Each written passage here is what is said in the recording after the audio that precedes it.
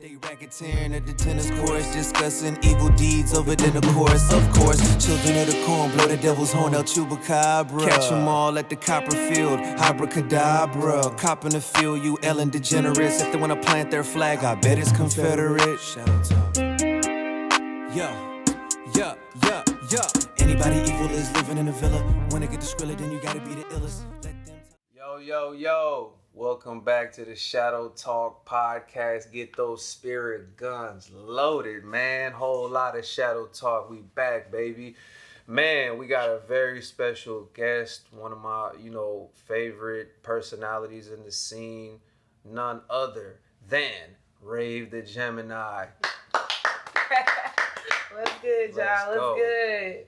Yeah, that's the thing. Our audience be feeling like it's a sausage fest. Like, we don't have enough women on, you know what I mean? So, we got, you feel me? No more sausage party, guys. We got ladies in the building, you feel me? See, ain't nothing wrong with that, little woman perspective going on here. We need the women's perspective, you know what I'm saying? Because one thing that, I was talking about on a previous pod was like, the scene right now for women. Like, you feel like right now it's stronger than it's ever been? Most definitely. I do. Like, and it's just in entertainment in general because, like, the women, we're doing our thing. And it's like, but what I like about it, everybody is different in their own way. Mm-hmm. They used to have like a separation of like, got all the women that's always over-sexualized and stuff, or the women that wasn't over-sexualized and stuff. It's like, it's starting to become a good balance of you seeing all of that and not just one particular thing. So I do like that so far. Most definitely. And all these girls, they popping their shit. Even here in the city, the girls popping their shit. So yeah. You got to give credit when due. Yeah, for sure. I mean, I think for the longest, women just really didn't get the same chance that the men got in the music industry or even in the media industry. Because with you being in there, personality in there, like, I'm seeing more women now being plugged into radio shows or podcasts or, even like when you think about Joe Budden podcast, he put on Melissa Ford. Yeah. So she's up there doing her thing. So, that's been pretty good, right? So far, like I said, but you is right though. It's like I feel like when it comes to entertainment as a whole, it's very male dominant. And it's always been like that in general. So us women, it seemed like we have to do more than what y'all have to do to get our name out there, to build our brand and build ourselves as whoever we want to be. Yeah. So for the ones that is doing good and really getting themselves out there, you can tell the work they putting in because, not just that we have to deal with like opinions, criticisms. Us women get more criticized stuff than y'all men. Y'all men can have 4, 5, 20 different hoes and y'all look like the man, and then we have it's like, oh, she a hoe. Like, wait a second though. I want to talk about that topic that you just brought up because hold up a second. Wait. I'm just saying. All right, look. This is how I want to break it down. If I have a son and I have a daughter, right, and I teach my son and guide him how to be a man and treat a woman properly, right, that's cool because as he gets older and he's doing his thing or whatever, I gave him that proper guidance. Now, if he pops up and I end up seeing like, oh, he got a whole roster of women and he's doing this, that, the third, as a dad, am I going to get mad? No, but I'm definitely going to be more wary of like, hey, watch out for these diseases. Hey, wrong women can set you up. You know what I'm saying? It's a lot of different situations to where it might not be the most beneficial. Now, I'm raising my daughter and I instill things in her. And then I end up figuring out my daughter got a roster. That's tragic for me. You know what I'm saying? As a man.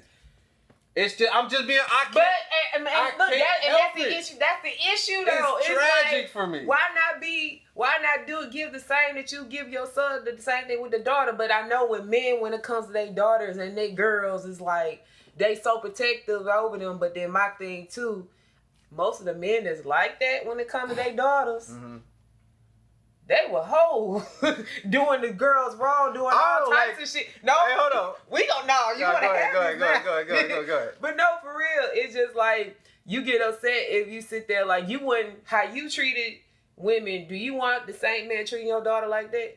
Okay, no, I feel you. That's you gotta think about that, and then sure. too, and like I said, but it's that chance too that you can raise your daughter or something right, and she could still end up doing some stuff. She might just been exposed to. But see, my thing is, I've never believed that women and men are equal. I just don't believe that. I believe we're complementary. We complement each other. You have things that you do, I have things that I do, and we complement that. But to act like we're equal, that's fallacy. There's no way we're equal. You can't do some of the jobs that I can do. It's just not, and I wouldn't want you to. It's compromising. No offense to women that are police officers. I just, like, have you seen, it'd be so funny when they be trying to, like, apprehend somebody and it's two women trying to, like, hold them down. Come on, man. You need some men in that position. Why? Or at least a man and a woman together. You feel me? Like, but go ahead. No, you have a valid point. I get what you're saying, that we aren't equal. We do complement each other, but how society is today, a lot of women, we're trying to get out of that traditional role. Because what you just said, that's very traditional, in a sense. And a lot of people is like that. But what's wrong with tradition? If it ain't broke, don't fix it. Why we always got to update everything? Because everybody, if it was righteous, it was righteous.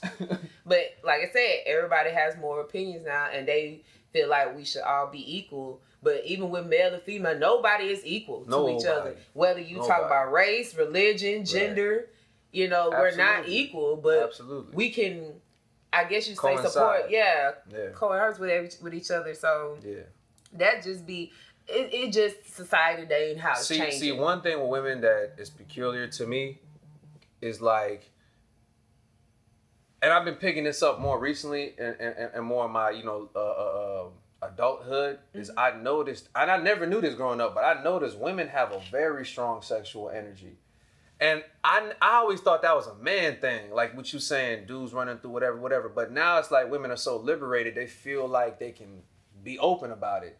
And it just got me to thinking, like, man, have women always been like that? Or do y'all have the same level of sexual drive as men do?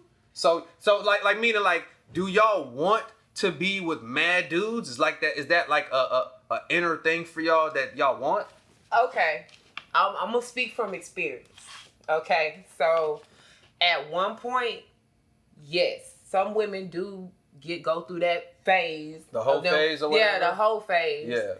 And every woman, I don't give a fuck what no woman say. Everybody went through, whether you was young and you did it, whether you were old and do it, whatever. You go through a phase. And it's more of a thing like you said about the equal being men, and we want to do stuff that men do. And we do have that type of strong sexual energy we do to do that. Cause it's for it's for children, but go ahead. Huh? It's for children. Really? Yeah, it's for birthing children. Yeah, but in my opinion. Yeah, but now it's more than just that. we're like squirrels. We trying to get a nut too. So, but at the time, like how I was thinking, I was just more using it as a power move than anything. Like y'all guys just do like how y'all guys might do it. Y'all just like, I can say I can hit this girl, hit that girl. Yeah, I feel like the man. And us females, it's like the same thing. We're like, oh shoot, we can get whatever guy we want. We got that kind of power. Hey, like, she's shadow talking now. She giving you all that truth right now. Sex is a weapon. Sex is a weapon because a lot of women do it even to this day to get what they want. Right. Right. Like, oh, I can't get this bill paid with shoes. I can hit up this person and I can do whoop whoop and get that taken care of, or just in general, because y'all men a little more. But just to debate that point, there's also plenty of good righteous women that work 2-3 jobs, that do everything that they can righteously and still get to where they need to get in life. You know what I mean? It's tough. Why would you want to take the easy way, as a sex worker or OnlyFans, or this is my opinion, or a stripper or whatever the case may be, when it's blasphemous and it's gonna come with consequences, because we live in a spiritual realm that's ran by the Creator, right? And if it's ran, and we know it's ran by the Creator, the evidence is there. You see the sun every day. What we talking about? So with that being said, there's gonna come consequences. You can enjoy that quick little fast moment you're getting and all that fast money, but you're staining your legacy. Now you got kids that you're raising that they gotta live with the fact that their mom was associated with such and such, and not only your kids, the rest of your family. You know what I mean? And I thought about that myself. Like, if I figured out my daughter did something like that or whatever, what would I do? I'd give her a chance to clean her slate and, you know what I'm saying, like, not do that no more. But if she did continue it, I know this is going to sound crazy, but I would disown her. Like, I don't want you to be associated with my family no more. Straight up. Go get your own last name and go out there and you do what you do. You know what I mean? Kind of like how like Boosie's going through his situation right now with his daughter. Yeah. I know people are like, oh, that's freaking, you know, he's being hard on her or whatever. But but like you said, his daughter know what kind of father he is and where he stands on his views and stuff. So right. If you choose to go the other way, you need to know what are these consequences that's coming with it. You know, like, and that's ooh. That was a good way you explained it though. Yeah. Just thinking about that in general, because I do have friends that are strippers and they doing their thing, making the fast money, which it looks nice. Yeah, but they don't tell you all the nights that they got to deal with abusive people, or the drugs they on, pedophile, or the alcoholics, or the fact that they did this dude a favor, but now they don't realize this dude is a murderer. You know what I mean? Now he's on her neck on some like, yo, you got to run this play for me. And if you don't, now you're jeopardizing your life and your kid's life. And y'all don't think about stuff like that. All y'all thinking about is, oh, it's relevant. Being a stripper is cool. Getting on OnlyFans is cool. Let me go do it. Let me da-da-da-da. The now. You're not thinking about in the future, right? And what that does to your legacy. And I mean, me personally, I feel like that's a sign of, and you correct me if I'm wrong, but maybe it's them not being raised right. On a grand scale, yes, it did. Most like, just from what I know from the females I talk to, they doing this now. They most of the time didn't have a father in their life. They didn't live in a 2-parent household, or they always had to fend for themselves. And they feel like they don't have no other talents or nothing, because the only thing they was told that they was good at was laying on their back or taking off their clothes. Right.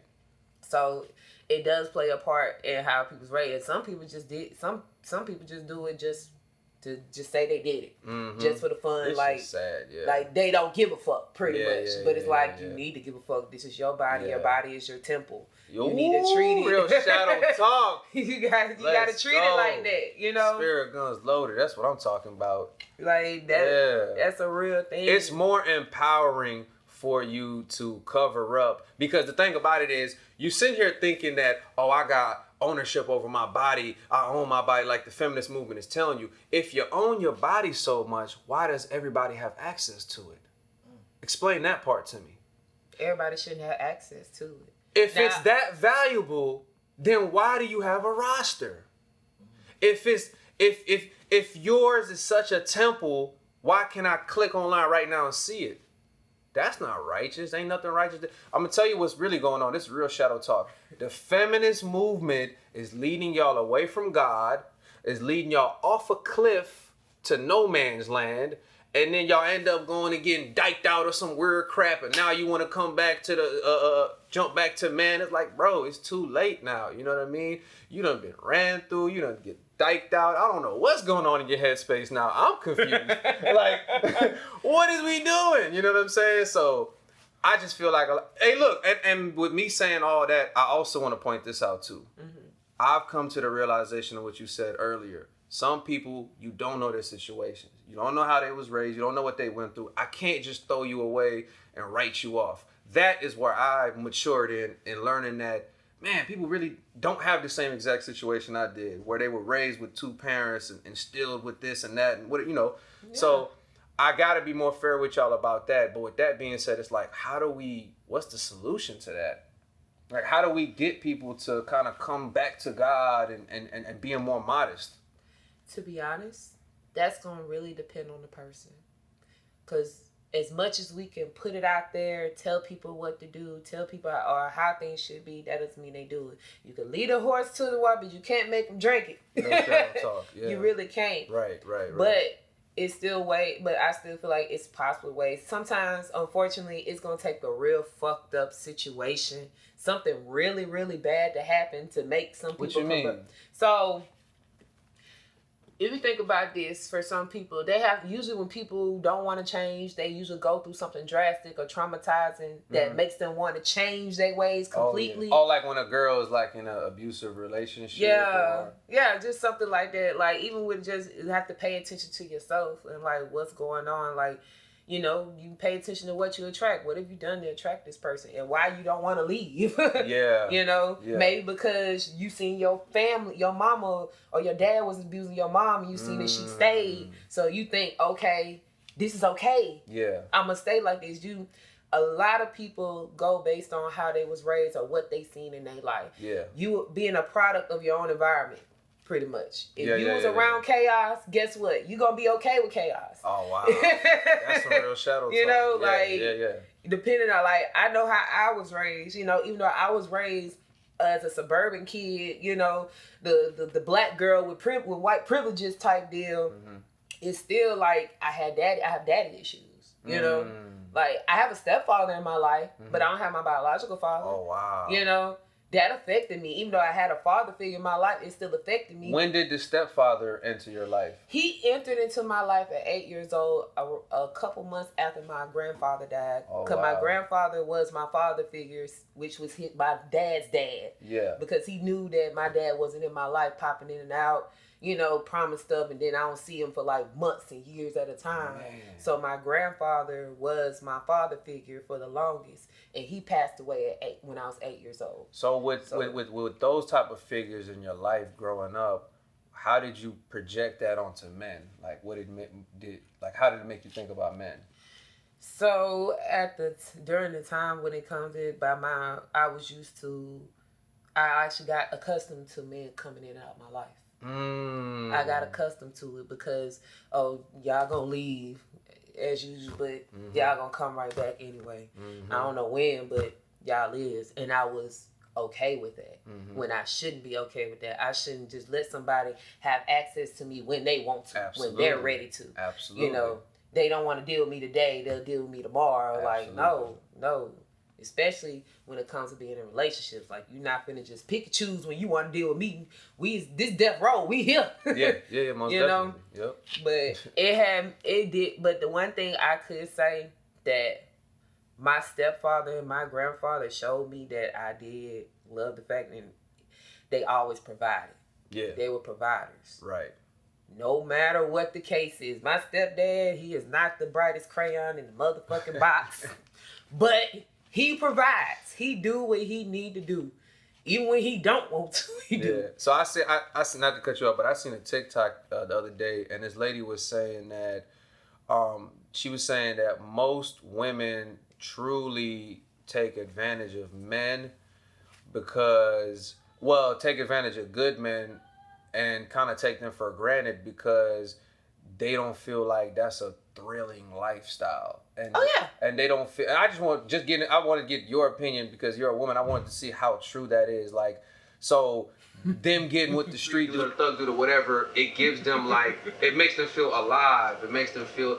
So what's the psychology with that? You know? All right. Because I've been through this. You keep I get it. I'm like, damn. Okay. Yeah, let's break that down. Okay, we gonna break it down. So when it comes to that, every woman does want a good guy. They want that guy that can be there to support and protect them and stuff and do all these. Yeah. But it's like I said, it's that thrill of with the bad boy, like, ooh. Yeah. Because, you know, I have a thing for hood niggas. I do.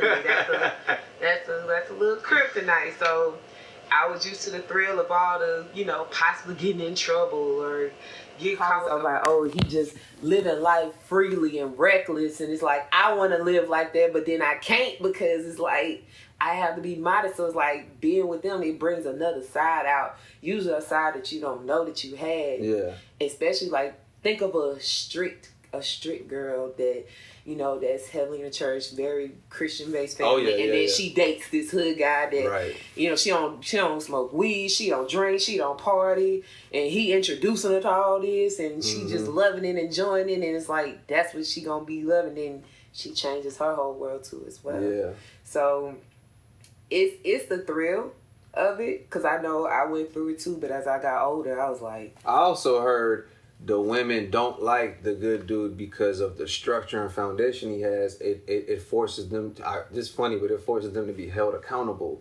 And this is what the lady said. She said women, they don't like to confront accountability. They don't like, that's why the thug dude, the street dude, it's toxic, right? There's no accountability, and they like that.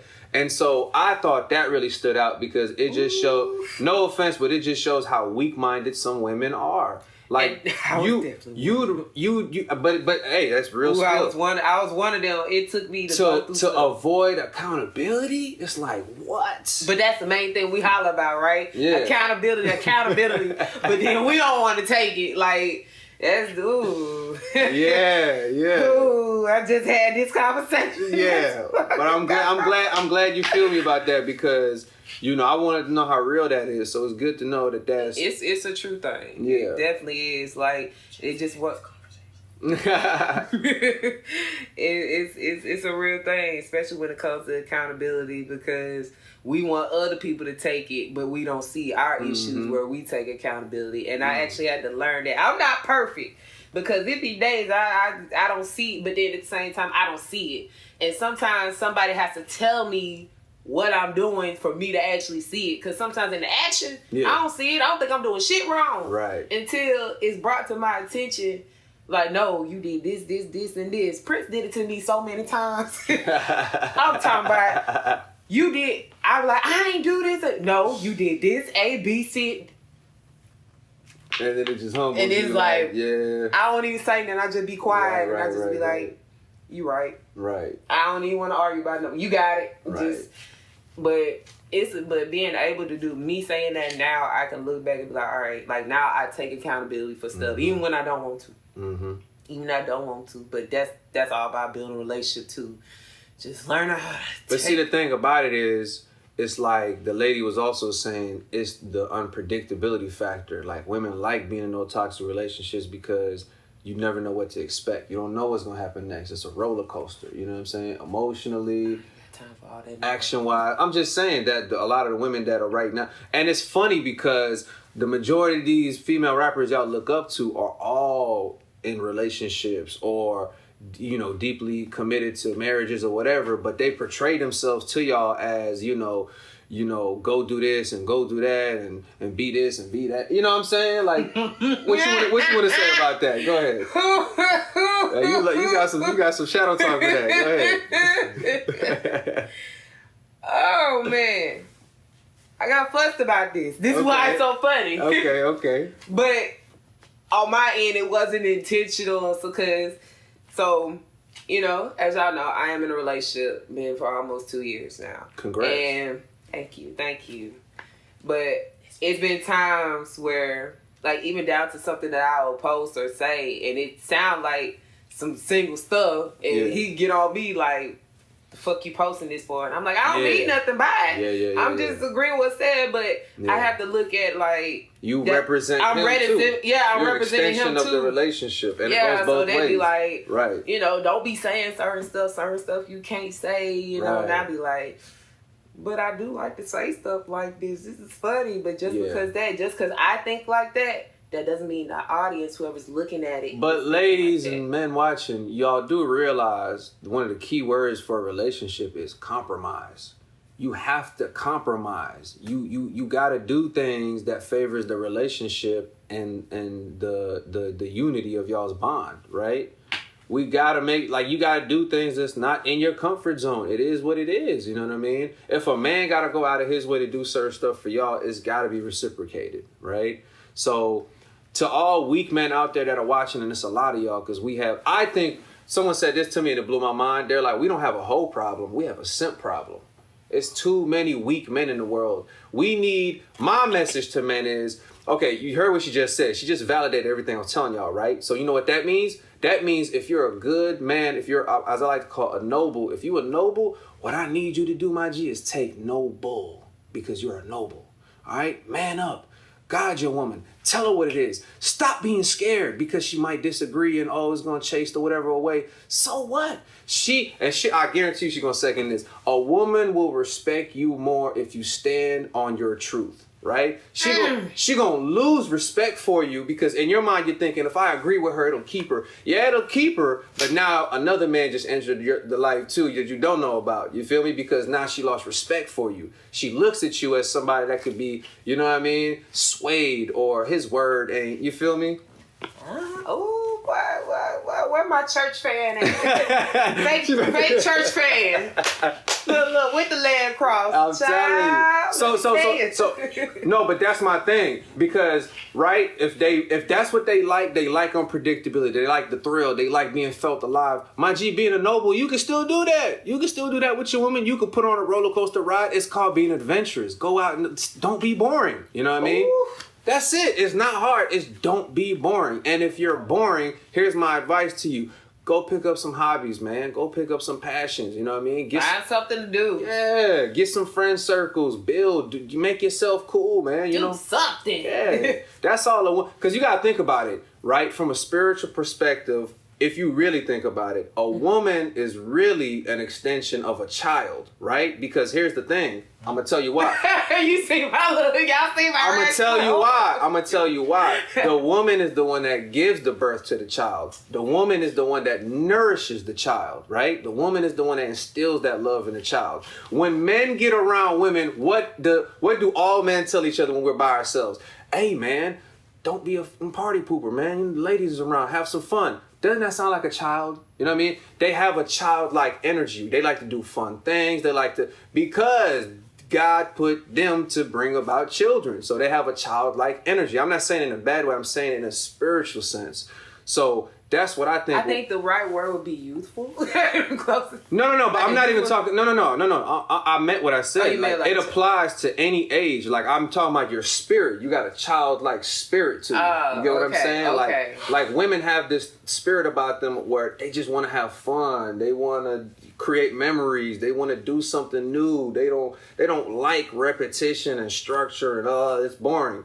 That's like a child, you know what I mean? So I look at women in that sense as like, you know, they got that childlike energy. So I try to match it or elevate. You feel what I'm saying? So I would say that to the guys. Or if you a house nigga or something, or a house person, like you could do a little something. You know, just a little something. Like a little something, cause you know, I'm just saying.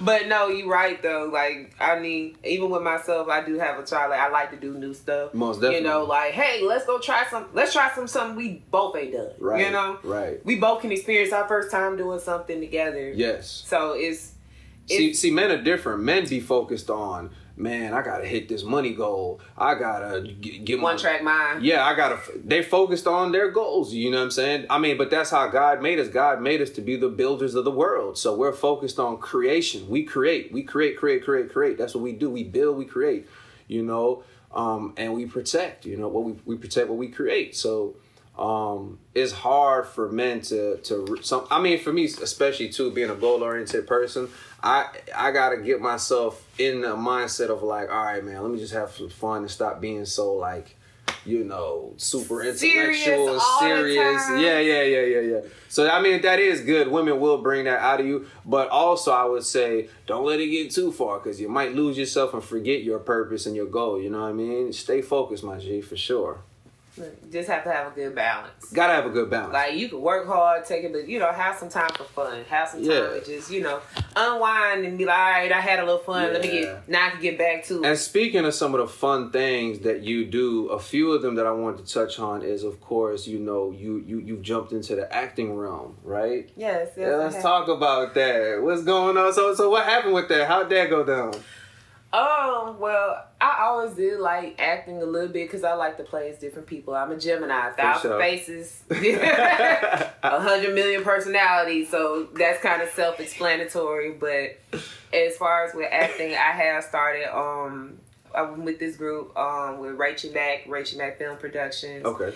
And she was just basically like getting people to act and do so. Because I was just before I started doing even podcasting, I was doing TikToks, content creating, acting is different. Oh stuff. yeah, I noticed that. You got a strong following on TikTok. How'd that happen? Like, something went viral?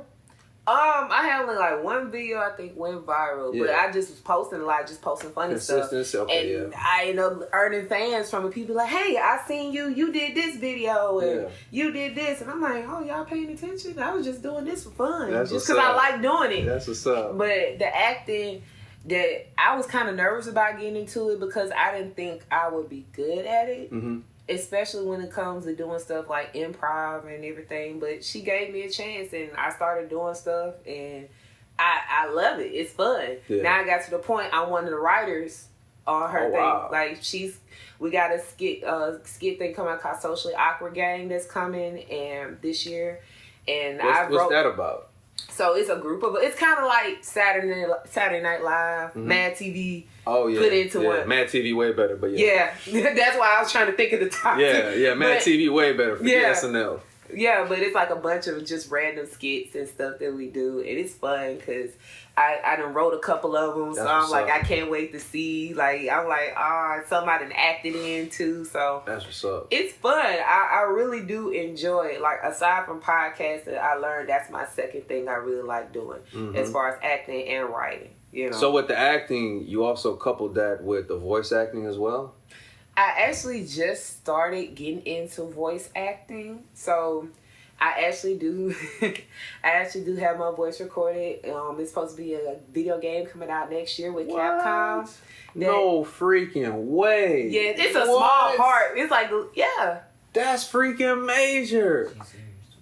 Like I was surprised when I did. Man, show some love to Rave, man. Drop some unicorns in the comment right now, man. That's big shadow talk. Drop some hushes in the comment right now. That's some big shadow talk. Yes, I didn't even, and that I got bored. But see, I get bored very quick. That's why when you said child, I told you. That's how women are. I got bored. That's how women are. And I started looking at stuff, and I said, "Oh, why don't I try voice acting?" And then I started looking, and I'm a big researcher. Like, I'm quick to research everything and anything. If I don't know it, I'm researching. Yeah. So when I tried it, I was like, okay. And then they had some casting calls for doing it. And they was like, just speak, just talk normally. Yeah. And people say, like, as far as on podcasts, I have a good voice when it comes to podcasting, but I ain't think for voice acting. So when I submitted in, and then I ended up, was like, I don't know. I was talking to my dude, like, I did it, but I don't know. Then when I found out I got it, it was like, oh, snap. Wow. Y'all, it's money in voice acting. Yes, it is. And the thing about it, I learned, you get paid to do your lines, but you also get paid when the game drops and people buy the game, you get a percentage of that. Oh, wow. So it's not a big percentage, but it's a royalty, though. Yeah, so dope. If that become one of the greatest games, Capcom be making some good games now. What? Come on now. They made Resident Evil. Come on, let's do that. Capcom versus Marvel. What are you talking about? Like, that's gonna be dope. And I want to see the characters, voice character that I'll be like, oh, that's me. Like, so it's fun. See, I did voice acting one time, and you're right. They paid me handsomely. I couldn't even believe it. Like, I went to my pops, like, yeah, I told you rapping make me money. Look at that. Look at that. And then a month later, all the money's gone. I'm like, yeah. So I gotta, but anyways, no, she's right about that. But you also brought up the podcast. So the Spin the Block podcast, right? That's been pretty popular. And it's been, how long have you been doing that one now? For Spin the Block now? Yeah. Ooh. I want to say it's going on 3 years. 3 years? Yeah. Oh, wow. That's, it's been 3 years. I was on another podcast before that, though. Mm-hmm. I feel like I vaguely remember So, before Spin the Block, I was over with Inspire You with Off the Rock. Right. Shouts to my brother, John Rocker. Shouts to my brother, John. Yeah, shout out to John. That's my dog. We're going to have him on the podcast soon, too, y'all. Yeah, so he kind of one that kind of really, I got to give shout out to him. He the one that really got me into, like, learn how do podcasting. He just said, why not try? Yeah. Invited me to come, and I just was looking. I said, I'll try. He's like, you talk enough to do it. He did the same thing with me. He wanted me to get on, and he's the one that gave me the Shadow Talk thing. Like, hey, I'm going to give you a segment where it's going to be the Shadow Talk segment. So he kind of gave me that idea then. And then I fumbled it and dropped the ball because I couldn't keep up with me being an artist, work, family, like all the scheduling. It's a lot. And then, so, of course, me and him, I apologize to bro about that on some real man-ish. And, we good. But, Off the Rock Pod. That was really my first time getting on, and so that was your first time on the podcast. That was my first time ever on the podcast. I had learned a lot from it, and I do thank Rock for even just giving me the opportunity to try, and he was the one that told me what to do, teach me one how to of the interview. most genuine, greatest people in Mobile, man. Shouts to my guy Rock, for real. It's the Rock. Yeah, no, for real, he really is. Like, he's really one of the best. He's very talented too. Like, oh yeah, music, yeah. You know, he got a degree in it. Oh, I didn't even know that. Yeah, if I'm not mistaken, he went to South Alabama. He got a degree in music and everything. So he really. He know music. No, he really serious. do. Like, and he's so great. He listens to everything. We used to go in the place every day. He always had a new song to listen to. Yeah. So most definitely. Yeah. Also, if y'all don't know, we got Tay in the background. Tay, you can talk, bro. You ain't gotta whisper. Like, y'all see me look off in the camera and give him the eye because I'm like. That's Tay. He whispered. I'm like, bro, you can talk on our pod. We don't do all that. Nah, you good. Oh, look, bro. now he sounds shy. Now he was talking when he did his. Now he only was talking when something struck a chord. He was like, oh, yeah, that happened. Yeah. Look. When Ali was over here preaching, he opened the background. Yeah. Until certain shit, but then I he got quiet. guarantee you, if we had some more women in here, they'd be on my neck right now. I guarantee you, they'd be like, come on, Rave. I'm not on the neck because I can look at both sides. I understand. I don't know. I say the fact that I've been around a lot of men.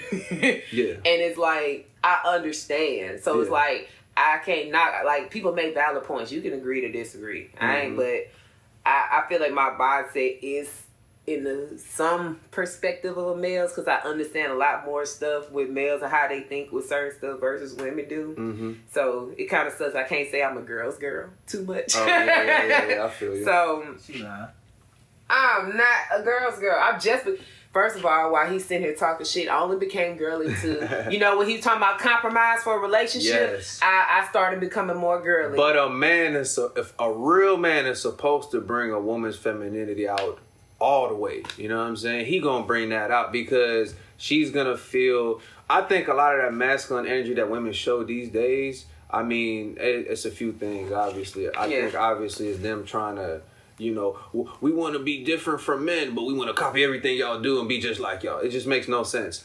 But then it's also, I feel like, a security thing. Like, certain women were raised with a particular type of father or in a particular type of way to where it's like, it's their kind of like guard.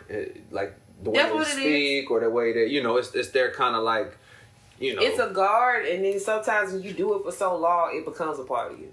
Because, like I said, I'll be around guys majority of the time. If you ever notice when I do be hanging out, I might hang with female, but you see me hanging with the guys half the time, talking and chopping with them. But it is kind of a guard. Like I said, it takes the right man to bring that feminine side out. Right. And I like it.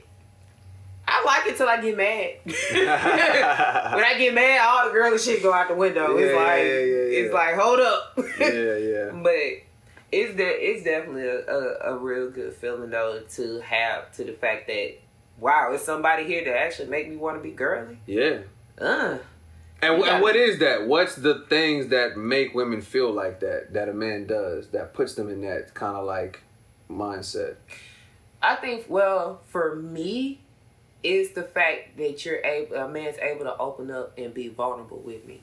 Because y'all men, y'all have y'all have to be strong. Y'all have to, act like y'all don't show emotions. And it's like, that be the thing us women want to see. Like, we want to, like, especially if I'm with you and you're considered my lover. It's just got to be the right woman, because I think some men feel like women, when, like you said, when things go left, y'all use those receipts as a way to put it back in. Oh, you weak because you told me. It's like, it makes it hard for us to want to open up to y'all because we done had a few bad experiences. They just gonna bounce.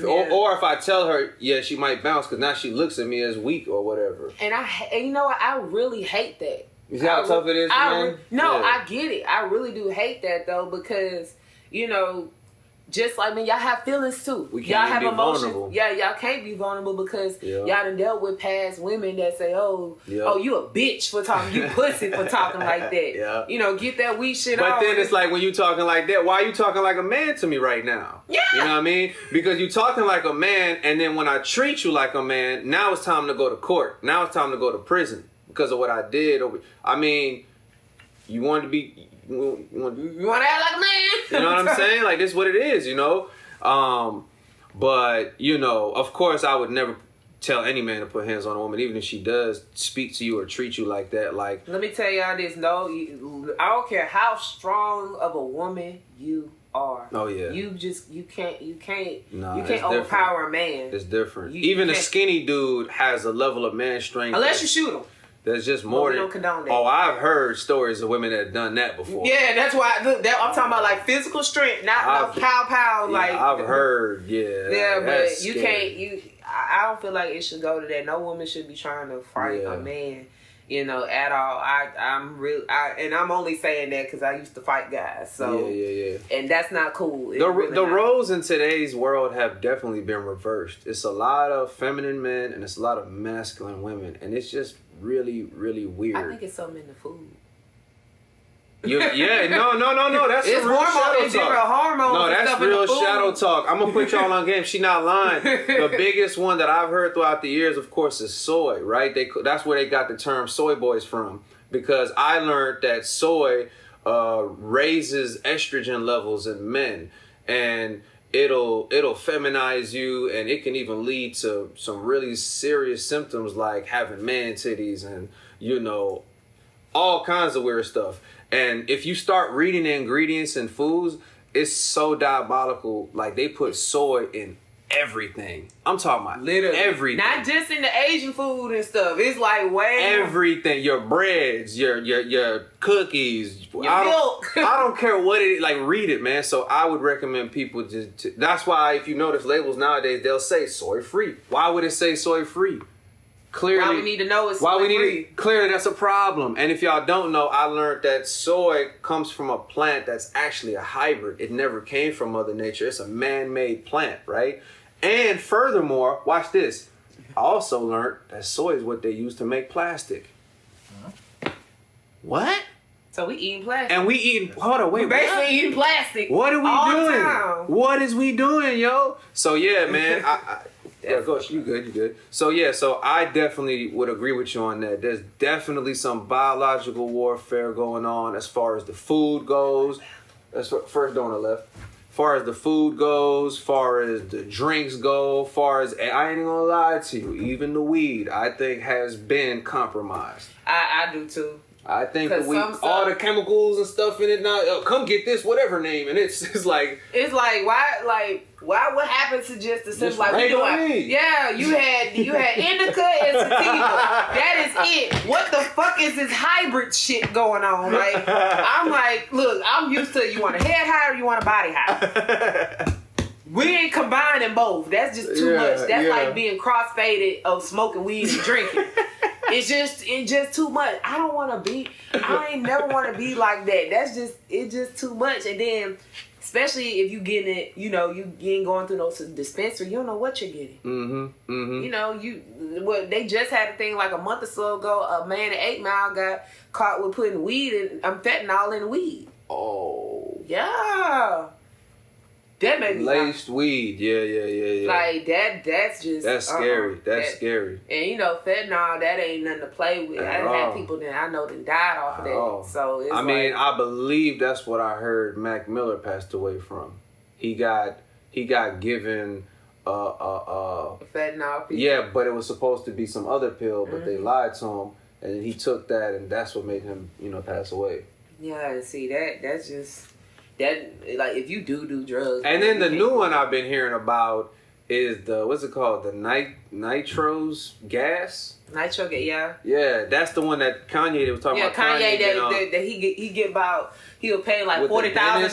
Yeah, he'll pay like $40,000 a month just to get some nitro gas. And that's more deadly. It will kill you. It will legitimately kill you. And in the Kanye community, I'm a part of that community. Everybody in that community was worried. Like, all this Ye stands were like really, really worried, because it's like, dang, man, like, what's happening to bro? Like, you know, so prayers out to my brother. I pray he's not, and I pray he gets off of it. I feel like it's killing his brain cells too. That's another, you know, we know with Kanye, you know, he's had some. It's affected the music. Yeah, it's affected the music. Because Vultures 1 and Vultures 2, a lot of people were complaining about how incomplete some parts felt, and, you know, it just didn't sound like the. And then when the information came out that some songs he couldn't even rap because he just wasn't in the right headspace, they had to use AI.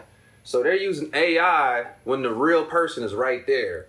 That's when you know, like, stuff is just not. Yeah, Big Bro got a problem. Like, we need to resolve this. I don't need another album from you right now. Let's get some help. Yeah, let's Rehab. you feel me? Because y'all want to support this man, get this man some help. I'm telling you, it's too many people that we're seeing. He's too much of a talented artist, and too not just an much. artist in general. Like, far too much. They really label him as like one, like, you know, we have the hip hop pioneers, and it's like, as far as modern day wise, he's definitely in that category. Most and it's definitely. like, yo, you know, Most definitely. we gotta preserve these movies. He, like, when y'all say Michael Jackson, I'm sorry, but it ain't Drake. The real Michael Jackson in hip hop most definitely is Ye, because of how many times he shifted hip hop with albums every time, right? When Graduation came out, he hit that reset button on hip hop. When 808s came out, he hit that reset button on hip hop. When Dark Fantasy came out, reset button. Yeezus, reset. You feel Life of Pablo, reset.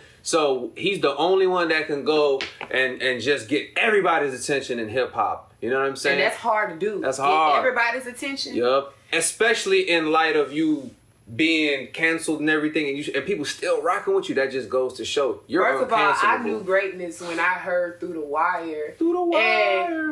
And his mouth was really wired shut. Yeah, and I was like, I can still understand everything he's saying. I said, boy, you really dedicated. Your mouth wired shut.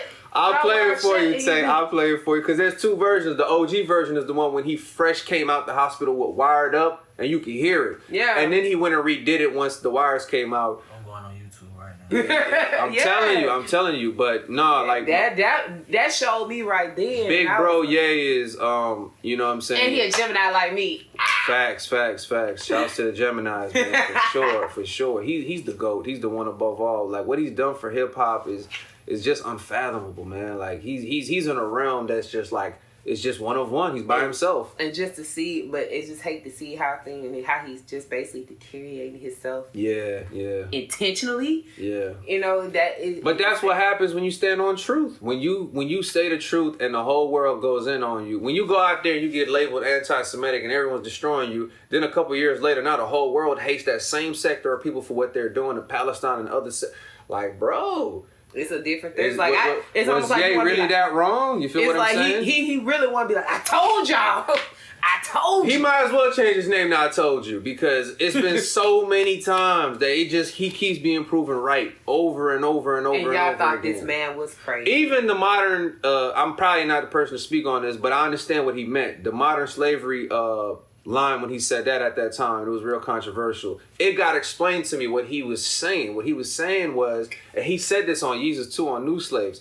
He's saying we're still enslaved to this fake world of materials, of the government, you know, looking out for us when they don't have your best interests, and so on and so on. That's what he was saying. He was saying, y'all think we still slaves, you know what I'm saying? But when they heard it, they automatically thought, Yeah. It's just like, But that's what happens when you're an artist and we put out statements. We're not freaking politicians. We're not giving you no detailed thing and lecture. Like, I'm an artist. I'm gonna tell you how I feel. Expressing yourself. Exactly. First Amendment type shit.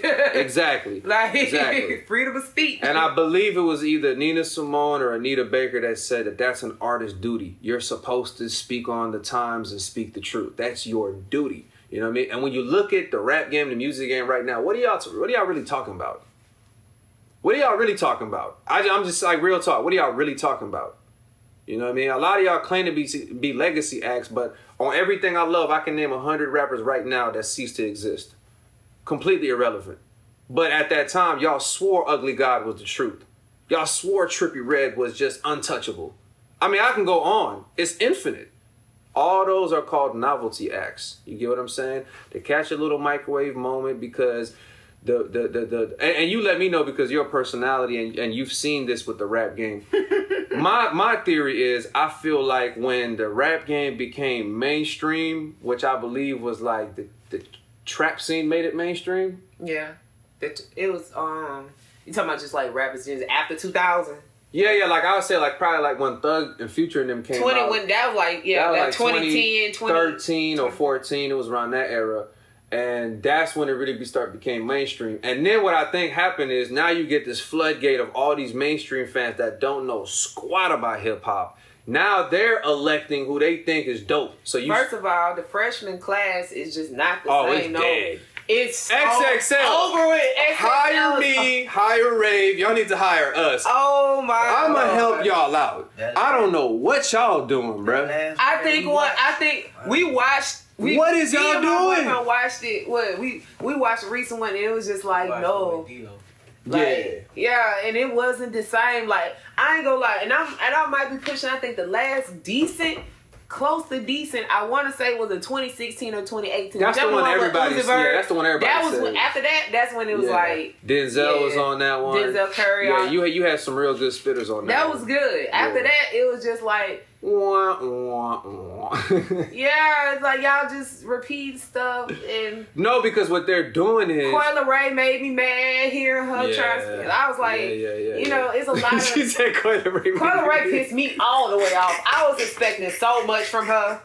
Hey, you know what? Coyle Ray is one of the people I forget to mention amongst the women. I like what she does. I like how she knows how to reinvent herself and not necessarily have to over-sexualize or do lame stuff. Yeah. Like, she can make a fun record. She just keeps knowing...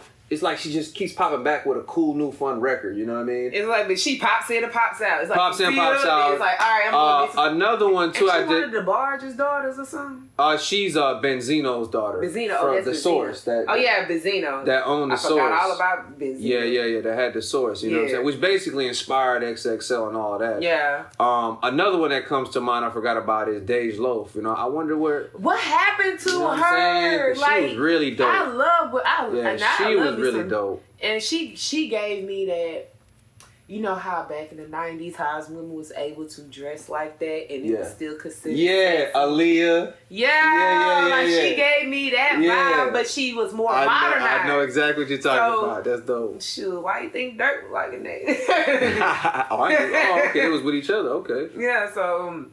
You know, I peeped her recently. She's still dropping consistently. She is. I just think in our city we don't hear that. It's like I actually just did this on my last interview. I said it's like here in Mobile, we're only stuck to like trap and country. Yeah. Maybe a little blues, but if it ain't trap or country, you know what it is? Mobile is a good representation of a lot, not the whole South, but a lot, majority areas in the South. I think that, and this is my theory from my experience, I really believe a lot of Southern people, they look at intelligence as an attack on, like if someone's smart, they look at like it's an attack on them and their intelligence, right? It's like, oh, you trying to act like you're smarter than me or you know more than me. I hate that. You feel what I'm saying? Because they not saying it, but that's what it feels like based off their actions. Like they feel offended that you're smart. They feel offended that you know. Happy that you smart. Like, trust me, I can't tell how many times where I have to dumb down my conversation just to have somebody understand what I'm saying. Me? And they take pride in ignorance. They really think like ignorance is not bliss. No, it's not. That's a lie. That's a bold Let me give y'all some shadow talk right now from me and Rave. That's a lie. Ignorance is not bliss. It's not. Man. I'm gonna give you a great example. If ignorance is bliss, but your best friend is stabbing you in the back, wouldn't you want to know? Why would you want to be ignorant to that? I want to know. Oh, but it's too hard to face the truth. Why not? It's going to make you stronger. It's going to make you better. It's going to make you wiser. Why don't you want to level up? I think you got a problem. I'd rather be confronted with the truth than being told a lie. Than being lied to like that. Like, that's just, no. Yeah. I respect you more. You feel me? Like, this shit. Oof. I understand what they mean when they say ignorance is bliss. They're more so talking about like, man, I don't want to hear about the wars. I don't want to hear about what the government is doing. I just want to raise my family, do fun live things, my life. I get it. I mean, don't get me wrong. I get it. But if you want to be a contributing citizen and a contributing human to mankind overall, honestly speaking, it is your duty to check on your fellow man.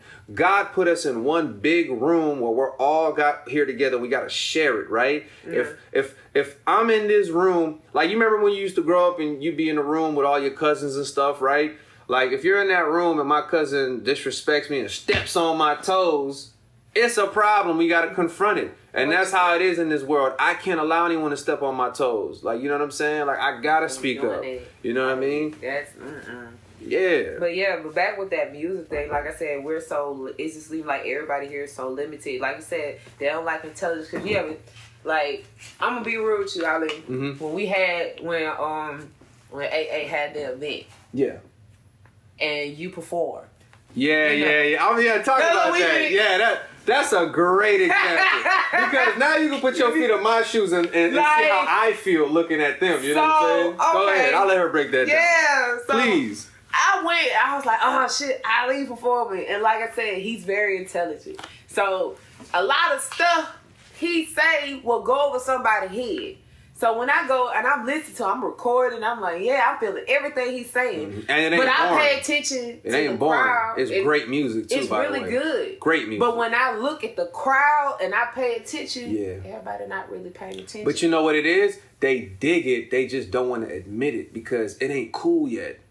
Like, it shouldn't matter. If you like it, you see me, I was she was running center. Like, I fuck with it. I'm not finna act like I don't like. I like what I like, and I have no problem showing what I like. Right. Just because y'all don't like it or majority don't like it doesn't mean I don't like it. I'm still gonna support it. And see, this is the misconception. Intelligence does not mean boring. It doesn't mean we not having fun. You know what I'm saying? Like, if anything, intelligence gives you more things to talk about. More things to talk about because it unlocks levels of creativity you would have never discovered had you keep going down the ignorant path. Like, put it as like, if you like, just think about it. If you watch take intelligence, like you watch a lot of movies, you can listen to a rap and they'll do a reference and you'll get it. Like, you'll be like, you know, it's nothing wrong with being smart, man. It's nothing wrong with being smart because guess what? Everything is much funnier. Yes. You know, like, I'm one of the people, Big Bang Theory is funny as hell. I get everything. Yeah. You know, but I mean, like, my favorite rappers ever are really clever. You know what I mean? That's one of the standout things about them was, like, I'll give you an example. We was coming up, it took me like 2 or 3 days to get this line. When Wayne was like, real G's moving silence like lasagna, right? Yeah. It took me like 2, and when I finally got the line, I was like, dang. So that takes a level of intelligence, you know what I'm saying, to be able to craft an idea like that. You know, Wayne is really smart. You don't never realize how many punchlines or how many references this man has made, even to this day. Yeah. Like, and see, that's the thing. When you're intelligent like that and you can apply it to your cleverness, that adds more replay value. As a fan, now every time I listen to your music, I'm connecting dots. I'm picking up on something. You know something, and you know what?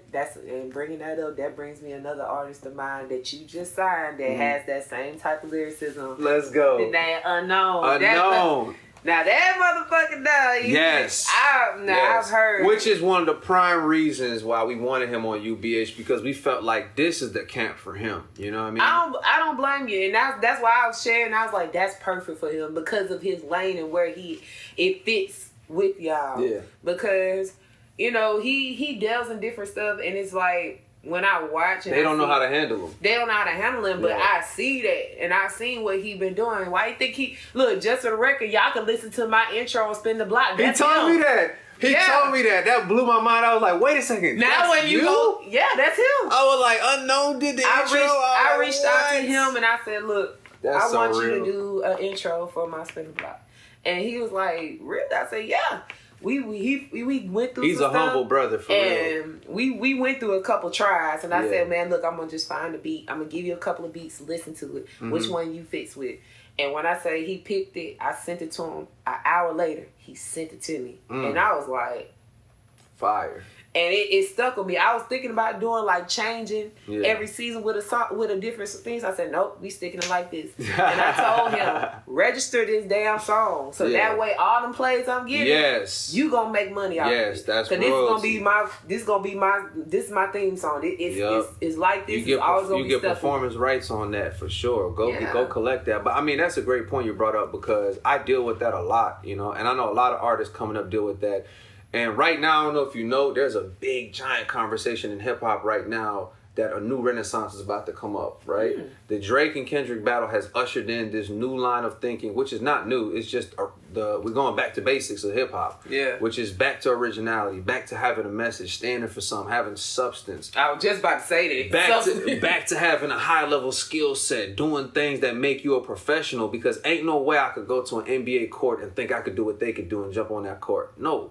I can't dunk like LeBron. That's the problem with the rap game. We let so many people that's not real professionals saturated. Not everyone thinks they can do this. You ever notice the old artists will come back? I done seen LL Cool J drop the album. And Eminem do. I'm like, Nas got an album coming. Common just dropped one with him and Pete Rock. Nas got one with him and Premier. It's another person that's... It's like... We're seeing all the pioneers come. It's almost like that era, like, hey, all right, we tired of seeing y'all doing this bullshit. Half of y'all coming out and doing music. Y'all end up dying before y'all get famous. Matter of fact, let me come step out. Let me show y'all something. Let me teach you. Also, one thing we could learn from this era moving forward is hip hop does need to instill elements that teach the younger crowd. Because when we was coming up, we had 106 in Park. We had MTV Jams, TRL, Rap City. We had plenty of things that would school us every day. Hey, y'all need to. They would play joints. Top 25 countdown. You feel me? And they play videos. Classic joints. So they're teaching us. When someone broke that down to me, there's none of that right now. Which one? On demand. On demand. Yeah, there's none of that right now. So I think that's something we really need to instill to teach the younger crowd coming up, so they can respect everything that came before them, because respecting is only the beginning. It's so much to learn from it. It can really unlock your true artistry. And you sitting there thinking the way to unlock it is to follow a trend. No, it's actually, I'm going to give you one of the biggest secrets they don't want you to know. One of the number one things artists do, the greatest artists, is they study. They reference from the past. Everything that you think is futuristic. Did you know Playboi Carti's Whole Lotta Red album? That's a reference from an old punk rock album from like the 70s, on God. Beats and samples come from damn near songs from the 70s and 80s. You it's feel so me? Many people. Like, I'm getting old. We at the age now where the songs we listen to from like 2000s is now being revamped and sampled into stuff. And it's like, it's a complete recycle. It seems like every 20 years people recycle music from a certain time. Yeah, we gotta stop doing that too. I'm tired of that. Like, if y'all gonna sample something that we don't know. You feel me? Like, I'm tired of like the easy, like, no, man, no. You basically took the whole few lines from this song that made it popular and just rapped over it. That ain't a hit. No, that ain't it. It's like you can do it, but add your own flavor to it to still make it a little different. Like you said, when Through the Wire came out, he took that sample. Shaka Khan Through the Fire. Right? He added that chipmunk effect to it. Sped it up. He made it his own. That's an original thing he just created. Now, boom, it's a hit. You feel me? But that's what I like about Kanye. That's why even when it comes to sampling, yes, this man samples, but he samples it to where he mixes it and make it his own. Mm-hmm. And that's why I would say Kanye is one of the greatest. Sampling, by the way, sampling is something we all need to get back to in hip hop. That's what started hip hop. Hip hop was all about sampling. We went and took from all these genres, from 30s and 30s, from jazz, from blues, from country, from whatever. We brought it to hip hop and we rapped over those break parts and we cut them up. That's what hip hop was. Or even do a collab. See how Run DMC did with AC/DC? Yeah, that was fire. That was, to this day, that's a fire record. Yeah, that's a fire record. That's a fire record. Like, it don't matter. And another thing too, like, I want to talk about this too, is I'm tired of ageism in hip hop. Like, we gotta cut that out, yo. Like, for real, yo. Like, the whole, like, you know, we getting old and this and that. Ain't no such thing. Ain't no such thing as getting old. I'm gonna tell you why. It's some real shadow talk. I like to call it crystallizing. You crystallize. You don't get older. You understand what I'm saying? Getting older is a mindset, right? And I heard Pharrell say this and I heard Tyler say this. They said that youth is really a mindset, right? The second you start associating yourself with, I'm getting older, I'm like, your body's gonna react to that. Your reality is gonna reaffirm your thoughts. Oh, I gotta stop saying that. For real. You see, I just said it not too long ago. I know that's why I want people to get that off their conscience, because I'm gonna tell you one of the main reasons why. Like, it's so many people that we love that have passed away. How dare you disrespect you getting older? You know what I'm saying? How dare you disrespect the life that you've been given? It's a beautiful thing to crystallize and just keep growing in life. You know what I'm saying? Like, why not? You still got your breath. You know what I mean? Like, to think that your point of relevancy in life ended by like 21 or 25, man, y'all younger dudes got it messed up, man, for real. I'll just tell I age like fine wine and be done with it. Yeah, age like fine wine. Not like spoiled milk, you Yes, yes. What you say? I'd say so funny, bro. Because I done said this before. That's why he just looking like, I done heard this so many times from her. But he the main one say I'm old. He be like, you old, you can't be, sir. No. Like, maturity, I feel like, is definitely a part of, I feel like it ain't a part of getting older. I feel like it's a part of wisdom and experience. Wiser. Like, yeah, you're getting wiser and more experienced, so the maturity got to be matched. Like, you know better, you do better. You know what I'm saying? And shoot, me and you know people right now that's still in their 30s, 40s, and still messy. Like, I'm talking about messy. So I'm telling you, age, like, what do you mean? Church fan. Like, what do you mean by I'm old? Like, I know people in their 40s that acting like they 12. You know what I'm saying? So, church fan. what are we talking about? You know? So to all my that mindset. Yeah, it's the mindset. It's the mindset. You know, and it's hurt hip hop because, you know, they make it seem like if you're not young, you're irrelevant, and that's not true. When we were coming up, I never once in my life thought, how old was Marvin Gaye when this song came out? No, it's just a timeless record. What you say? I'm not thinking about the person's age or, like, what are you talking about? Music should not be associated with age. Like, they feel like, oh, especially if you're like, oh, you 40 still trying to rap? You need to stop. No. It's my expression. Okay, if I need to stop, then you need to stop going out and playing basketball too. That's a child's game. What are we talking about? So you telling me I can't have fun and do... Or better yet, look, you can't sit here and color stuff because, you know, being painters, being all like that. That's a kid's thing. I'm only saying this because I heard someone else say this and I thought it was funny because they were going at women. They're like, women that say that to men, it's like, oh, really? It's not like you don't get up in front of the mirror and paint your... put makeup all over your face like a clown every day. I sure do it. I ain't gonna lie. It's therapeutic. I like putting on makeup. I'm still pretty without it. I'm not knocking it. I'm just saying it's funny when women say that about men. Like, oh, why you still rapping or why you playing your video game? It's like, bro, you put makeup on every day and you got dang. Like, I play video games, so don't even raise your hand up like that. I play video games along with you. We be on the phone playing video games for 2-3 hours at a time. He trying to preach over here. I ain't feeling that. Don't go. Yeah. Correct yourself, please. Say like, yeah. Look, he got so happy. Look, if y'all would have seen his expression. I can't even front. He like, yeah, for sure. Yeah, you know. But so yeah, moving on. I really wanted to touch on like what all you got coming up and everything. So, honestly, right now, I'm just really just trying to build on better in my podcast, improving on my podcast. Most definitely. Every season, I try to do something different. Like, okay, how am I going to stand out with this? What I can do better with this season from the last season? Mm-hmm. You know, how can I switch up? Like, I edit my own stuff. Like, wow. Yeah, I edit my own videos. What? Yeah, every except for probably season 1, all of season 2, I edited. Wow.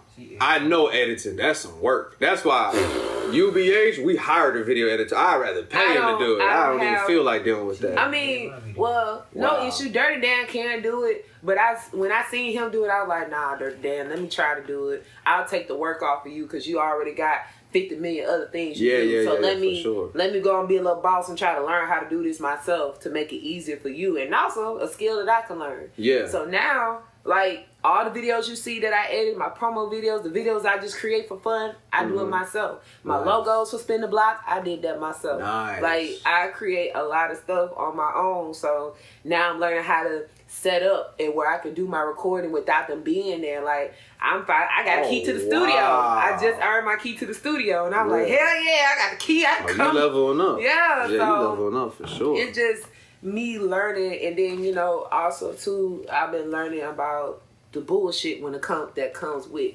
being in this, and then learning people, because now that I'm getting a higher status, I have to be more mindful of who I surround myself, because I'm a sweet person. I'm very kind-hearted. I'm a real, you know, I'm really giving, and I'm too. You don't want to be taken advantage of. For what Tay said, I'm too friendly. I'm too friendly. So remember though, kindness is not weakness, right? Yeah. It's just but bad people that will take advantage of you. You know? I can be too trusting. And I had to learn the hard way that I can't be trusting. I can't really be trusting other people like that. People will run you over. People will use you. They'll take your ideas. They'll do all types of stuff. You ever spoke to somebody like elderly? They all say the same thing. They all be like, as the years go by in your life, you really don't need nothing but a handful of friends. Like, all that other stuff and having all the people you know is really, like, the only people that's really going to stick in your life is just that little handful, you know? And that's okay, because, like I said, I know, so well, let me change the same phrase. I have built bonds with a lot of people, whether it was short term, long term, or whatever. I can count on my hand the people I have that's in my circle that's close. Yeah. And it's not that many. You feel me? It's really not that many. Feel me? You know, I would like to bring people in, but I'm so, like, damaged from past shit. A lot of y'all that's watching in high school and in college right now, you don't know yet. But I'm telling you. You don't know the half. Bro, and I'm telling, in the next, I give it like 4 years. In the next 4 years of your life, everybody that you know, oh boy, it's about to get shooken up. I'm telling you. It's going to be a real reality. And I'm not check. talking to people that are like bad. I'm talking about everybody. You could be a good person. It's going to happen. People just you gonna at least have that one person that you thought that was your ride or die. Your best friend. I'm talking about people you just love. Like, I grew up with the person and da-da-da-da-da-da. And they go just disappear. Just switch up, you know? Yeah, because what life will teach you is evolution. People evolve, man. People just evolve. People change. They change, you know?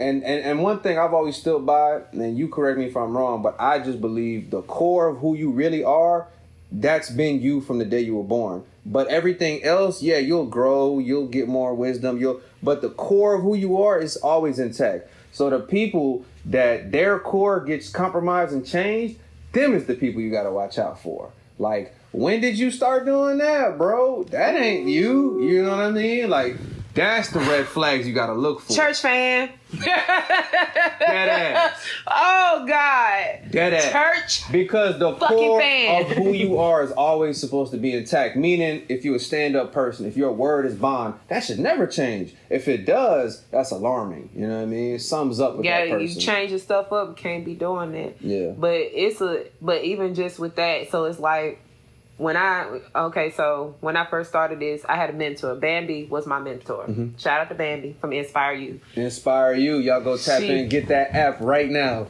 She kind of taught me, during the times we talked, she taught me about making sure I have myself together. She told me about how these people can be and making sure I have myself intact, that I don't change myself, that I stay myself, no matter what everybody else think, because you are you, and people gonna love you for you. Right. I get told I'm weird, right, that I be dressing weird, I be into different stuff. That's a compliment. Oh yeah, I literally got a painting in my room said a little weird is good. Yeah, it is. It is. It is. You know what's even worse than weird? You boring ass people that ain't got no passion in life but just hating on everybody else. You know why? Because the peak of your life was high school or college or whatever. That was because you have no ambitions in life and you're jealous of her because she has actual goals and purpose, and me because I got actual goals and purpose. Yeah, man, and I'm still being myself. I'm still the same person. Yep. the same person that people didn't want to get to know me in high school, but the people that knew me in high school, they like, she's still the same person she was back then. Like, it's no different. If you in high school right now, don't worry, man. You're not supposed to hit your peak. If you're really hitting your peak in high school, something's wrong. You need to be growing in life. You know what I mean? So don't let all. It's after high school when you start, you know, getting. Majority of them people, this is how God gonna do it. Majority of people, you will run right back into it, see them, and boy, oh boy, did life hit them hard. As fuck. And fuck. Whoever did you wrong, whoever bullied you, whoever. Karma is a It's bitch. Real. I'm telling you, I can tell you so many stories. Like, it's unbelievable how real it is.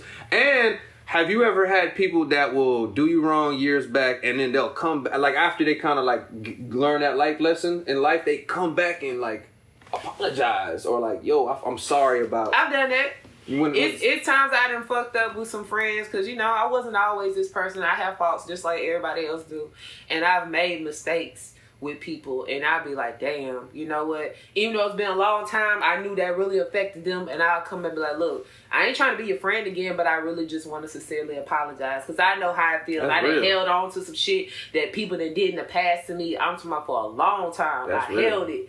And when they finally just come to apologize and just say, like, I'm sorry, like, I don't know, that pressure been relieved. It's like, okay, you know, I can move on because, you know, we all have them little things that we haven't fully let go of. Right. You know, especially we see that person again, oh, man, that person did this, that, and the third. You'll perk up right away. Yeah, it come right back. Like, so I can definitely. It's really not good for long term in life. Like I've learned, like, stress is real. It truly does affect your health. Like, you gotta learn to let go. Big time. So if you care about your health, you gotta let go. You gotta figure out a way to come to resolution with everything. It doesn't mean you got to be, like she said, best friends with them. You could just be like, I just wanted to get this off, and, you know, or maybe just be cordial. But like, we ain't got to be best friends, but I see you, I'll speak, hey, how you doing? Yeah. Go about my business. It's respect. Especially for me, like, in the city, I've had so many, and she's seen it because she commented on a few of the back and forth with certain people in the city. But I've had so many in the past few years because I'm just controversial like that. I'm the king of controversy in Mobile. But I got tired of jumping into these different, you know, events and functions, and everybody in that joker I got some type of issue with. So I was like, man, this don't feel good no more. So let me ask you this. So I started to relieve everything. What's up? I got this question. And you know, this is something. Reverse pod. It's not a reverse pod. I got a real question. And you know, and I think I feel like we talked about this before, or you have, but I'm still gonna ask it again. Okay. Especially here in Mobile with the music scene. Do you feel as people feel some way different towards you is because of your race when it comes to you being who you are doing hip hop? Yeah. Cause I feel like that for you. That's why when I sit here, like, when you perform, I'm like, yeah, he good. And some people, you know, ride with you that's been with you, that already knows you. But then the new people, they just looking like, who is this? I'm like, I said, why is it?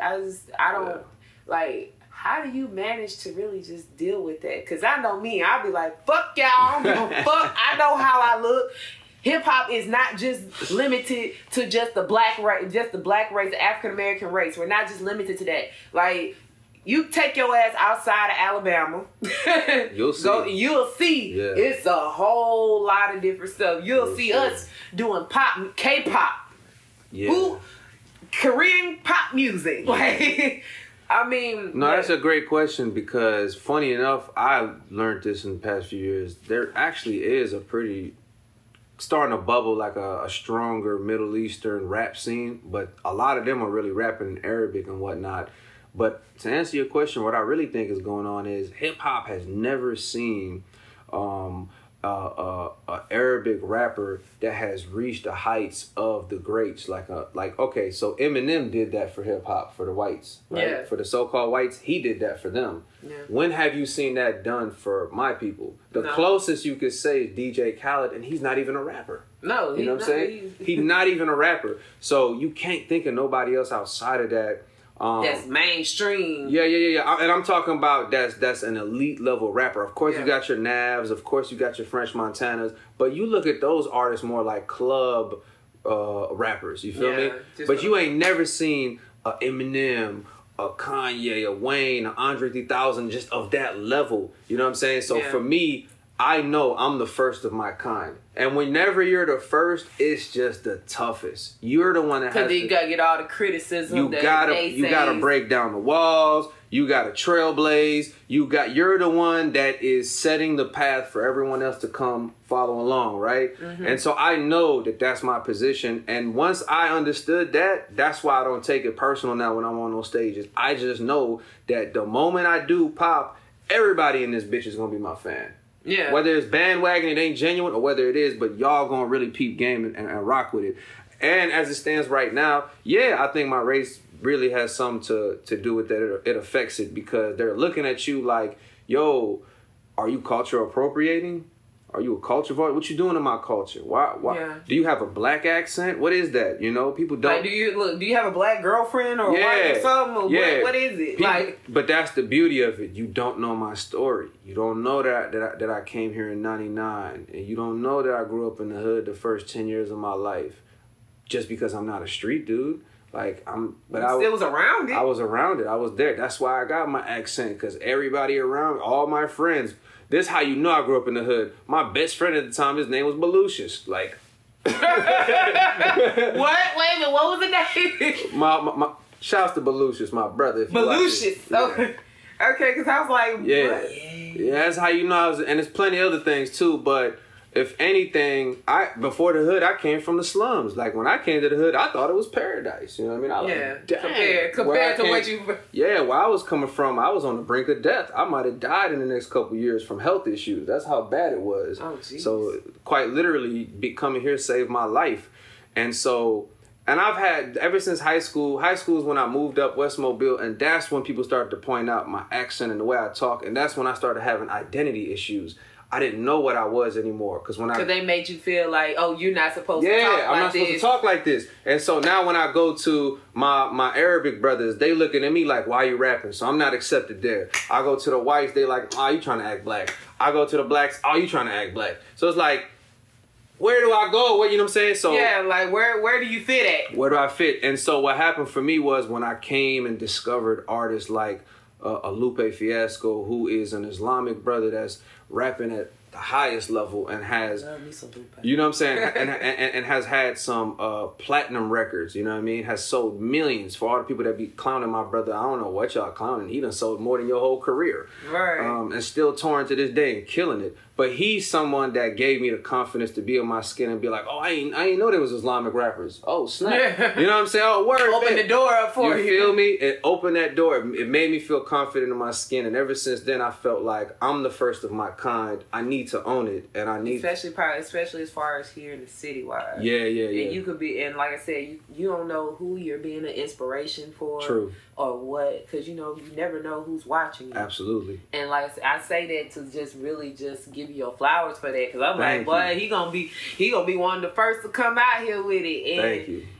And like I said, your style is different. It's funny, it's witty. Thank you. But it's still speaking real shit too at the same time. And that's where it's like, other people not gonna see it, but I see it. Thank you. I see it. One thing I will say is I love my city. I feel like I put in so much work in the past, 10 years in Mobile, and I've earned the respect of everybody, even the ones to this day that still don't like me. They gonna respect you. You know what I'm saying? I definitely think they respect what I do, and I know for a fact they still talk shit about me, in certain circles, but in your heart you still respect me. You know what I do. This my thing. It's so funny, like the psychology of this. How is it that when an artist and I'm not trying to knock on bro, shouts to my brown brothers out there, but how is it when an artist like Nav, who's coming in, he's saying the N-word, he's talking street shit, he's doing all that, how come he doesn't get hassled, but someone like me who doesn't say the N-word, who ain't speaking on no street shit, who's really just talking about his life, why am I the one getting hassled? You know what I mean? And it goes back to what God told every messenger. People of truth get attacked the most. That's just the bottom line. That's why my brother Ye gets attacked so much. He stands on truth. You know what I mean? Like it's solidly intact. Yeah. I don't never know about it until it already happened. I'll tell you something. Somebody, I ain't gonna say who told me this, but you got to. I don't want to know. They told me this recently, and it blew my mind. They're like, "Yo," he was because he's my bro. He's looking out for me. He's like, "Yo, I just want to tell you, I've been in a few circles, and your name gets brought up, and word around town is they're saying that you're someone that people shouldn't do business with." And he's like, I asked him right there, like, "What you mean? Why not?" And they couldn't really come up with a reason besides the fact of, I don't want to be associated with someone like that. Someone like that. What's like that? mean? What does that mean? I ain't no murderer. I ain't no killer. I don't sell drugs. I don't do nothing that y'all exploit and glorify. Oh, you're mad at me because I talk a certain way, or I speak the truth at times and it just rubs y'all the wrong way. And I'll be fair, because Rave done seen me do this millions of times. Sometimes I do it on purpose. I just love he do it on purpose just messing with y'all. Pot. Yeah, he stirred a pot occasionally just to show he paying attention. Yeah. Like remember when who was it? Actually, it was when Tay and Grey Top was going at each other. Oh, and Kenzie, and then Kenzie was throwing diss records out. There was a whole bunch going on, and I had been off Facebook for a minute, like dang near 6 months. And I remember, because Rave commented on this, I remember I heard about it and I was like, it's time to get back on Facebook. I just want to troll it real quick. I get on and I'll make a post and I'm like, can't nobody out-rap me. I dare one of y'all drop a diss record. She gonna comment and be like, this would be when you choose to come back. I showed it. Oh, y'all want to come? Hey, I'm living for it, but now y'all want to come back. She's like, oh, of course. And then Paper Trail comment today. He's like, oh, you been gone for a minute. Now you want? I'm like, yeah, I want to jump back because these dudes want to diss me and all that type shit, but they don't never want to get on a record with me. Why? How come you don't want to get on a record with me? Because I'm going to wrap circles around you and embarrass you. That's why. That's the rapper part of me. Don't worry about it, though. Y'all saw that other side kick in? Did you see? I was like, oh, shit. Hey, look, I don't talk no big shit, but when it comes to something, that I do and that I love, I'm fully confident, and I truly, truly believe in my heart of hearts that the majority of people walking this face of the earth cannot out-rap me. I said majority. There's a lot of people that can rap on my level, but majority can't out-rap me. You know what I'm saying? And I'm saying that on some... And he can stand on that. I'm saying that on some Kobe shit, like on some... I know the work I put in. You do not study hip-hop as much as me. I guarantee you. Do you see don't. how... Okay, so y'all pay attention to body language. You see how he's sitting like this? His hand... I see the veins coming out of his hand. If you see me looking, he like this. Y'all ain't holding it. That's that Hokage stance. Yeah, it's like... That's that Hokage stance. Look, yeah. he got the Arthur hand, the Arthur me with... Like, I got you. Look, y'all ain't... And that's what really made me kind of have that shift in my life as a rapper. Like, man, I'm gonna start talking my ish, because if y'all already hating on me and don't like me, and you know the Most High said in the good books, you're not meant to be liked by everybody. You're not going to be liked by anybody. It's always going to be somebody that don't like you, or somebody got something to say about what you do. So with that being said, I was about to say that. Might as well just do what I want. What am I even, you know what I'm saying? Why you worried about what everybody else? And when that time comes where I got to cross the bridge of a problem or something comes about, I'm going to just do the best I can to handle it. You know what I mean? I pray nothing goes bad, but I'm going to do the best I can to handle it. But to the rest of you bust-ass rappers that be, you know what I'm saying, disrespecting me all the time, I swear to God, I'm gonna show you how cold I am. I'm gonna show you how much I talk shit. I'll come to your studio by myself in front of your whole squad and out-rap you. I'll take it a step further.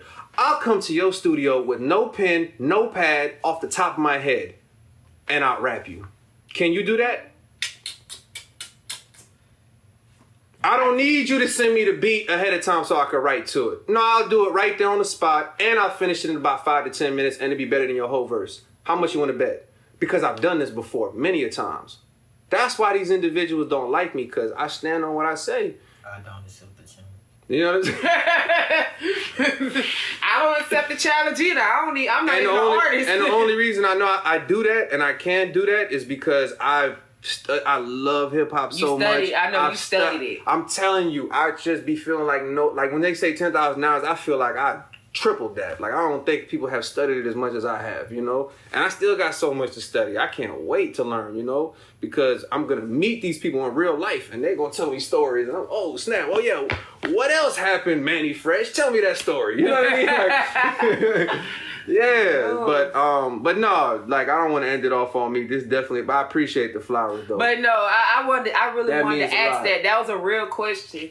I was gonna save it for my interview, but I said since we here, I'm gonna ask. Cause I have way more questions. For sure. By the time your interview come, I'm gonna have plenty of questions. I can't wait to get on Spin the Block. That's one of my favorite shows. It's so creative. It's so original. I love it. The energy, the personality. You know what I'm saying? The character. She's very funny. You know what I'm saying? Excuse the sarcasm from Tay, y'all. No, that ain't sarcasm. Oh, that was legit. Oh, no. Okay. He see all the silly shit that I do when I'm not on camera. When I'm on the phone, he'll just look at me and be like, you know them shows be like when you got the goofy girlfriend that just want to do stupid stuff for no reason. That's me. Oh man, y'all. So he just look. He be with it too. He be with y'all need a YouTube reality show. I told him we can do this, but I'm gonna leave it alone. Couple podcasts coming soon. Let's go.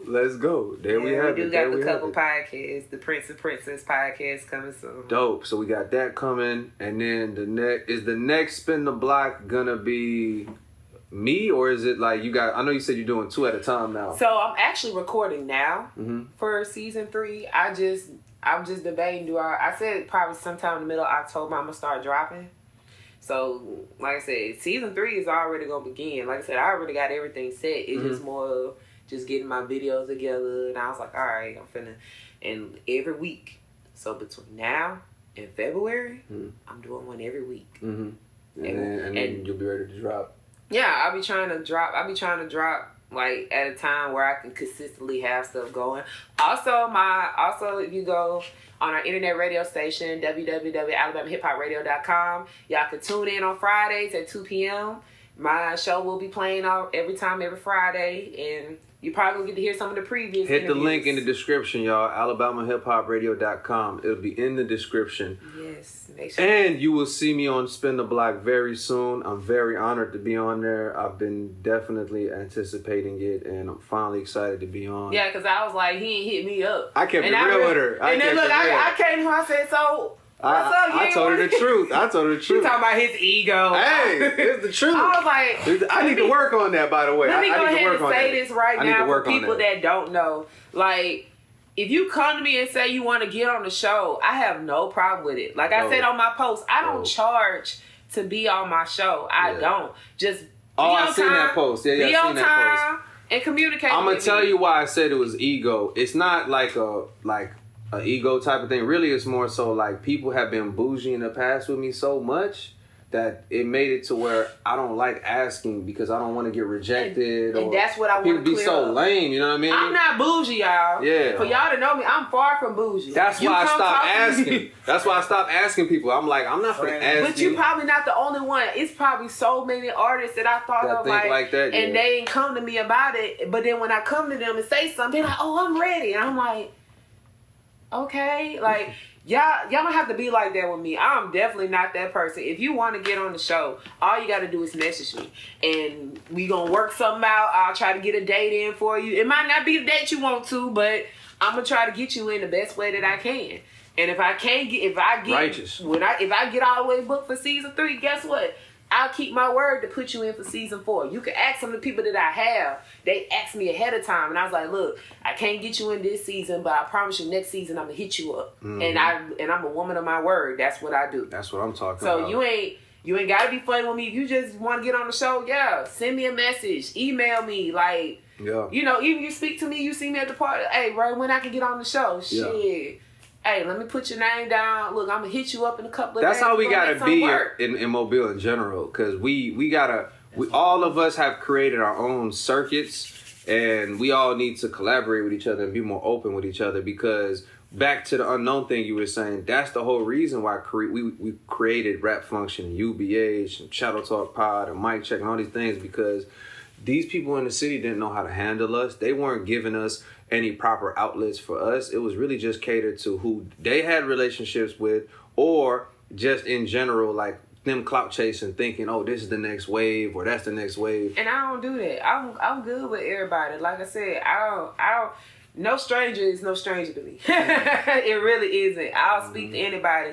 And I think too that plays a part in my success because I stay neutral. I don't show favoritism. I don't show favoritism to my friends that's in music. I be like, nope, you got to do the same shit that everybody else got to do. There's no favoritism. I ain't even do it with my man with his. I don't show no favoritism with him. I'm like, nah, you got to do your shit too, just like everybody else. That's real. You know, and I like to keep it that way because I want to treat everybody the same. Professional. And keep it professional. You know, sometimes I get off be professional sometimes off camera, but that's fine. That's another side of me y'all see. Yeah. But she's my motivation. But y'all can hit me up on it. Like I'm not like that. Like I said, I welcome everybody, not just artists. Like I said, you're a DJ, you're a model, you're a host. Hell, you sell plates or clothes. I'll take it. Look. Boy, it sound like you about to say you a hoe for a second. You a hoe? You I had to look up real quick. You said host. She said host. Not that entertainment. Not that kind of entertainment. Wait, what? You a hoe? What you mean? Look, his hair popped up so quick. We already got plenty pop. What's that one called? Fresh and Fit or something? Or the one where he brings all the OnlyFans girls and whatever that called. Well, I forgot what it's called. But anyways, last thing I wanted to ask you is, what's a message that you want to tell the young ladies out there? You want to give them? Stop holding. I hope somebody heard that when he said it.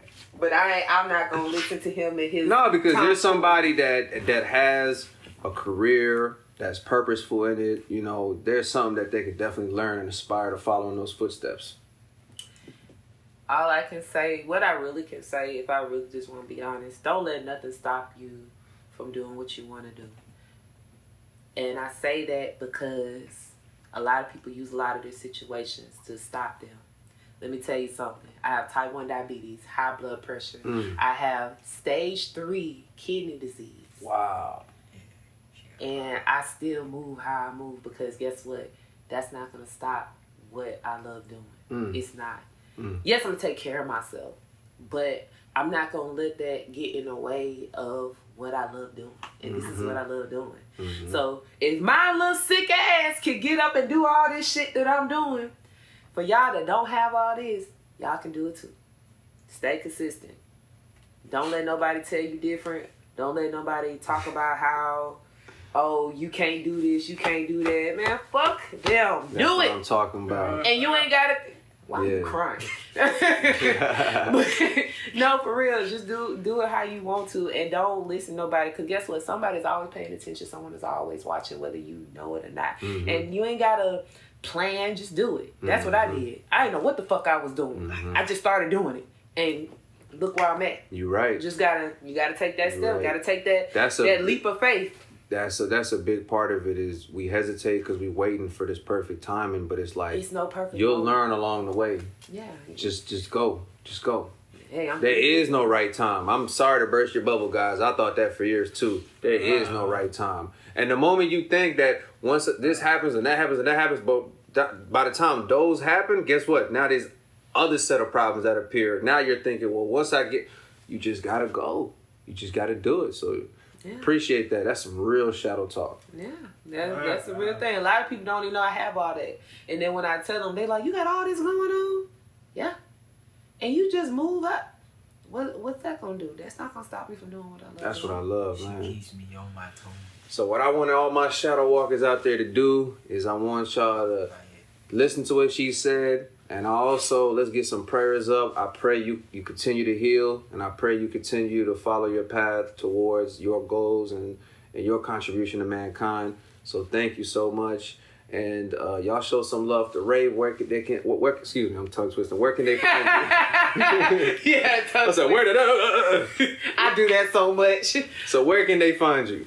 Oh, good. All right. The handle's going to pop up right here underneath her too, by the way. I wish I could see the color. What color you going to do? Okay. Okay. Well, whatever color you want. Please do purple. Purple. Look, he knows me so well. It's going to be right here in purple because we got a video editor. Shouts to my guy, Armando. He's the best. Thank you, Armando, for putting the purple down. My guy, Mondo. So he's going to put it right there for Well, her. you can follow me. Well, I'm a Gemini, so I got 2 Facebook pages. You can follow my page, Rave, the Gemini. You know, Sage, the Gemini, just do Rave, the Gemini. Or you can actually follow one of my names. It's Raven Dickinson. I Every time I hear that, my last name, I just want to do a sex joke so bad. you emphasize dick so hard too. Like, I don't try to. My name is she said Raven Subtle too. She's Raven Dickinson. Like what? Why'd the manly voice come out for Dick? Oh no, I got a lot ongoing joke because my last name is Dickinson. Oh. No, we ain't done yet. Here go the next part. And I stay on Longwood Road. Yeah, that fucked them up. But y'all, you can find me Rave the Gemini. You can find me on TikTok. You can find me on Instagram. Instagram is Rave_the Gemini. Okay. TikTok Rave the Gemini. Yep. Really, you can just Google my name and you're gonna see all my stuff come down. I did it before and I was shocked at everything that popped up. Rave the Gemini. Everything's gonna be in the descriptions too, so y'all can click all the links. We're gonna have all the links up there. Yes, indeed. Including the AlabamaHipHopRadio.com as well. I want to tell y'all, I appreciate all our new subscribers and Shadow Walkers coming on. We're looking to hit 500 subscribers so we can be eligible to get monetized. So help us help y'all to continue bringing y'all quality episodes and phenomenal Shadow Talk like this we just had. All you got to do is hit that subscribe button, y'all. Share it, tell a friend to tell a friend. Subscribe. Let's get there. Let's keep this going. You know what I mean? And sure enough, we'll be back for more Shadow Talk. This has been a classic episode with Rave the Gemini. I want y'all to leave a bunch of hushes in the comment section. I want y'all to leave a bunch of unicorns in the comment section. Throw that U up. Get them spirit guns loaded, y'all. And we're definitely going to have her back on. This will be a regular for sure. Y'all make some noise for Rave the Gemini. Get those spirit guns loaded. Woo, woo, woo. Plant their flag, I bet it's Confederate. Shadow Talk. Yeah. Anybody evil is living in a villa. Wanna get the Skrilla, then you gotta be the illest.